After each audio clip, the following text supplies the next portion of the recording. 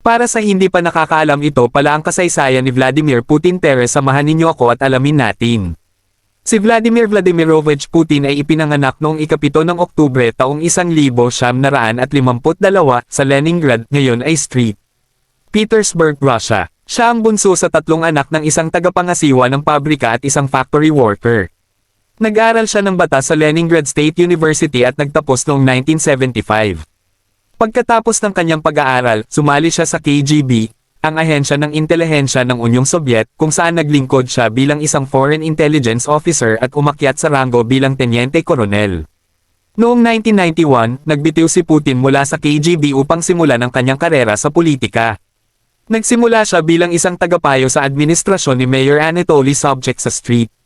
Petersburg. Sa mga susunod na taon, lumipat siya sa Moscow at mabilis na umakyat sa mga posisyon sa ilalim ni Pangulong Boris Yeltsin.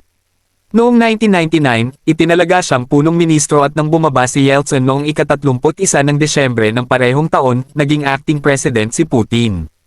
Nanalo siya sa kanyang unang halalan bilang Pangulo noong Marso taong 2000 at muling nahalal noong 2004. Dahil sa mga limitasyon ng konstitusyon, nagsilbi siyang punong ministro mula 2008 hanggang 2012 bago muling bumalik bilang Pangulo.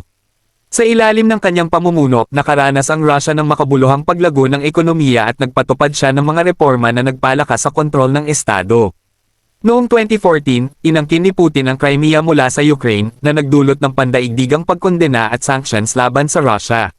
Sa kasalukuyan, patuloy ang kanyang pamumuno matapos ang eleksyon noong 2024 kung saan nanalo siya muli, ngunit tinawag itong hindi patas dahil sa mga alegasyon ng pandaraya at repression laban sa oposisyon.